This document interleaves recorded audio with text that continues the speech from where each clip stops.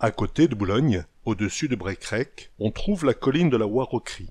La Warrocrie désignait possiblement un domaine rempli de Warrock, d'amas ou de mottes de terre. Selon le terrier de Saint-Vulmer, en 1505, la Warrocrie est possédée par Jehan Warrock. La ferme de Bertingan, sur le plateau de la Warrocrie, dépendait de l'abbaye de Samé. Au nord du ruisseau du Val-Saint-Martin, la présence du plateau de la ville haute explique l'établissement d'axes de circulation orientés nord-ouest, sud-est. Deux d'entre eux seulement sont bien attestés. Le tracé du premier, reconnu en plusieurs endroits, a été partiellement repris par la rue de l'Ancien Rivage. Dans l'Antiquité, cette voie qui constituait l'axe principal du quartier du port se prolongeait d'une part jusque la Tour d'Audre et d'autre part vers le sud-est jusqu'au sentier de la Warrocrie. Le chemin de la Warrocrie, maintenant appelé rue Boucher de Perthes et rue Ansart-Raux, dans sa partie nord, est généralement considéré comme une voie antique. Le tracé de ce chemin, parallèle à la rue de l'Ancien Rivage, semble correspondre à la limite entre la base navale et la nécropole à incinération du Vieillâtre, et aboutit à la porte Gaillol, qui a succédé à l'une des portes du camp militaire romain. Gézoriacum, la ville basse de Boulogne, comptait deux cimetières, l'un à Brecrec, l'autre au Vieillâtre. Cette dernière nécropole s'étendait sur le versant nord du Val-Saint-Martin, depuis le chemin de la Warrocrie jusqu'au nord de la rue Dringand. On y a trouvé, par endroits, 3 niveaux d'incinération superposés, ce qui témoigne d'une longue utilisation. Depuis les terrassements de la rue Porte-Gaillol, il n'est plus nécessaire d'emprunter le sentier de la Warrocrie pour accéder à la haute ville de Boulogne.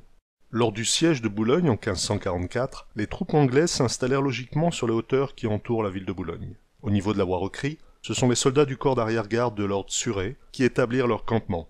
Le siège dura 2 mois, et la reddition du gouverneur Jacques de Coucy-Vervins permit aux Anglais de conquérir la haute ville. Le traître Jacques de Coucy de Vervins, gendre du gouverneur de Picardie, Oudard du Biais, sera décapité en place de Grève en juillet 1549. Son corps sera découpé en 4 parties et exposé aux 4 coins de la région.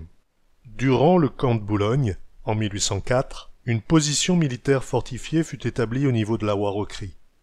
Durant la Première Guerre mondiale, un poste de télégraphie sans fil, récemment inventé par Marconi, fut installé à la Warrocrie. En 1917 et 1918, 2 bombardements tentèrent sans succès de le détruire. Boulogne a été l'un des principaux ports utilisés par les Alliés pour importer du matériel. La ligne de chemin de fer de Boulogne à Bonningue a été peu utilisée par les militaires pendant une grande partie de la guerre. En novembre 1917, l'armée britannique a posé une voie de garage de 85 mètres de long à la Warrocrie pour desservir un camp à Ostrov.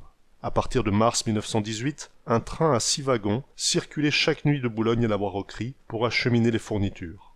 Entre les 2 guerres mondiales, la ligne Boulogne-Bonningue connut une intense activité du tortillard. L'arrêt de la Warrocrie était situé à 114 mètres au-dessus du niveau de la mer. Jusque dans les années 30, on trouvait à cet endroit les restes d'une ferme et du vieux moulin de la Warrocrie. Pendant la Seconde Guerre mondiale, un point fortifié allemand est installé à Bertingan à la Warrocrie. Le Widerstandsnest WN245, Zaunrube, alignait 3 canons de 3,7 cm Flak 36, et un Scheinwerfer de 60 cm. Le lieu-dit, la Warrocrie, se situe aujourd'hui sur Saint-Martin, et il est bien orthographié avec un W sur Google Maps. On peut encore deviner le tracé de la ligne du Tortillard à la Warrocrie. Le Val-Saint-Martin est à gauche, et la ligne courbe à gauche traverse les arbres pour aller vers la vallée jusque Saint-Martin-Boulogne.